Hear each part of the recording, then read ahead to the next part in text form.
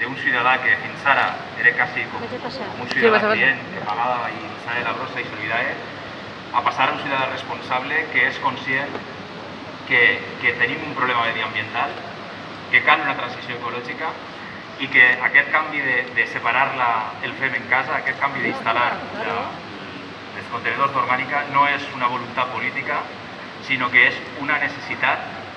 de la nostra societat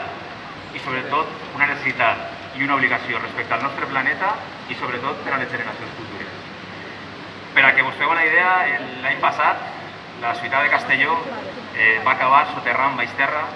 més de 50.000 tones de fem. Una tona de fem ocupa un metre cúbic. Per a que vos feu una idea, en 2 anys, entre 2018 i 2019, la ciutat de Castelló ha soterrat baix terra per a anys i anys suficientment fem i brossa com per a omplir l'estadi Castelló. I la ciutat de Castelló això no s'ho pot permetre. No ens ho podem permetre nosaltres i sobretot no ens ho podem permetre per al nostre futur. I és per això que l'Ajuntament de Castelló ha fet un esforç tan gran en la instal·lació dels contenidors d'orgànica, en la instal·lació de més contenidors de selectiva, en la compra de nous camions, uns camions que evidentment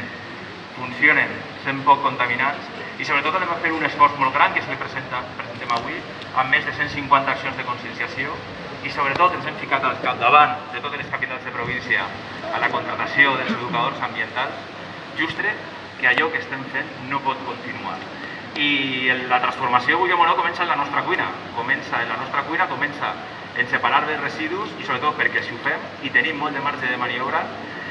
podrem agarrar i d'ací 4 anys poder dir que els residus que ha acabat soterrant Castelló per a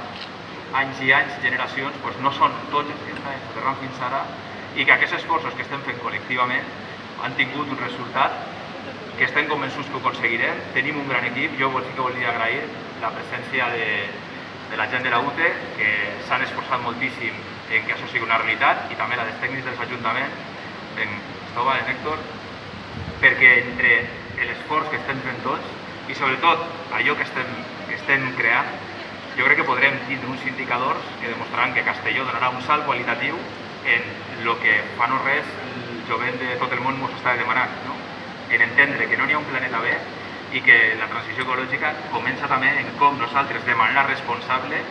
canviem els nostres hàbits i separem els nostres residus. Per tant, moltes gràcies, no em vaig allargar, que avui fa un dia, com sempre, en Castelló, i donaré pas a la consellera.